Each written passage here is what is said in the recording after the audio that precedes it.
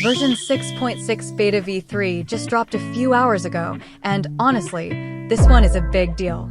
We have meaningful changes across the two most important new characters, Lohan and Nicole.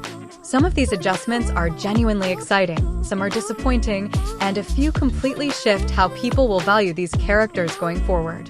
So in this video, we are going to go through everything that changed, character by character, and then I will give you the real takeaway on who came out on top and what this all means for your polls. Before we get into the rest of the video, a quick shout out to today's sponsor, Enjoy GM, and this is actually useful if you play games like Genshin or other gacha titles. If you've ever wanted a safer and cheaper way to top up, Enjoy GM makes it super simple. All you need is your UID and server, no password, no account login, nothing risky. You just select your game, enter your UID, choose the top-up amount, and it's done almost instantly. It's fast, simple, and secure. Now here's where it gets interesting. If you're a new user, you get an 8% site-wide coupon just for signing up. On top of that, your first purchase gets an extra 8 to 15% discount. And after that first purchase, you unlock member pricing, which makes future top-ups even cheaper. So the best way to save is, use the first purchase discount first, unlock member pricing, and then apply the 8% coupon after. That's how you maximize your savings. Enjoy GM is also PCI DSS certified, so transactions are secure, and they've got tons of positive reviews on Trustpilot. Plus, they offer 24/7 real human customer support, so if anything goes wrong, you're covered. And if you want extra perks or updates, you can join their Discord through the link in the description. Let's get into it. Before we start, one thing worth saying, the 6.6 beta is moving fast and new updates are dropping constantly. Now, let's start with Lohan, because he is clearly the biggest winner of V3. Lohan is a 5-star Cryo polearm on field main DPS, and his kit revolves around Master Stroke mode. That is his enhanced state, the one that massively boosts his damage output. He also has a dual resource system that scales with both his own attacks and team contributions through joystacks. And the changes here are huge. First, Master Stroke mode duration got extended from 12.5 seconds to 13 seconds. It sounds small, but in practice that extra half second matters.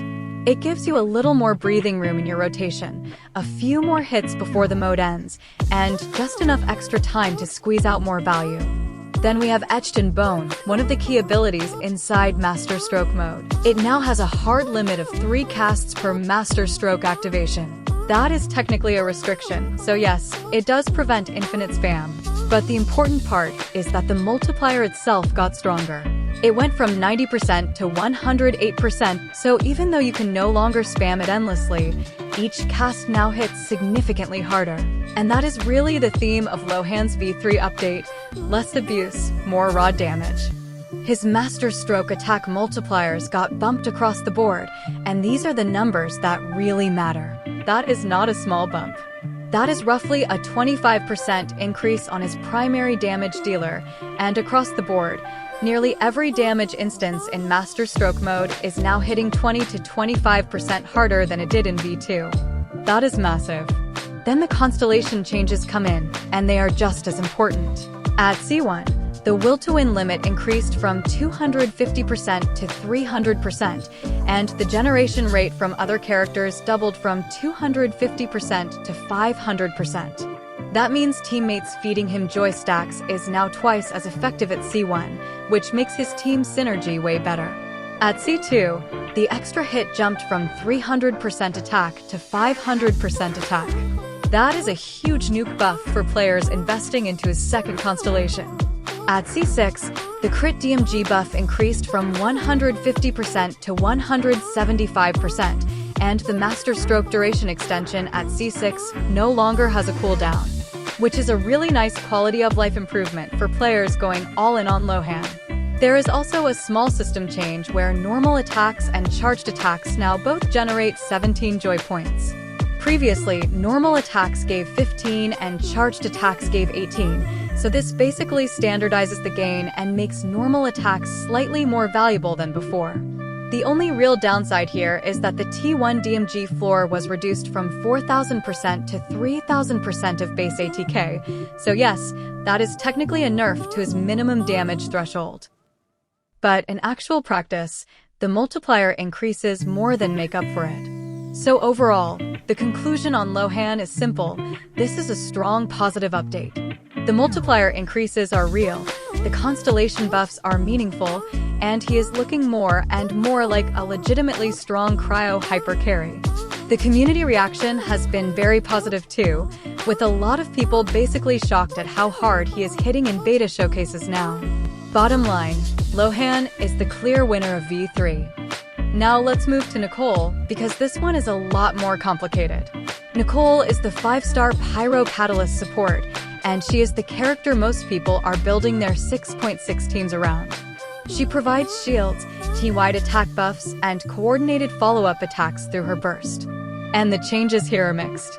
The biggest direct nerf is that her burst quills were reduced from 5 to 4.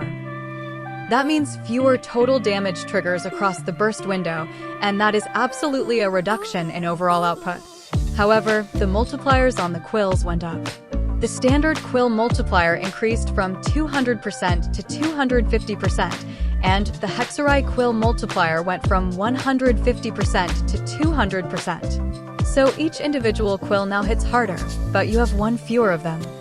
Whether that ends up being net positive or net negative depends on the team, the rotation, and how you are building around her, but the general community view is that losing a quill hurts more than the higher multiplier helps in most setups.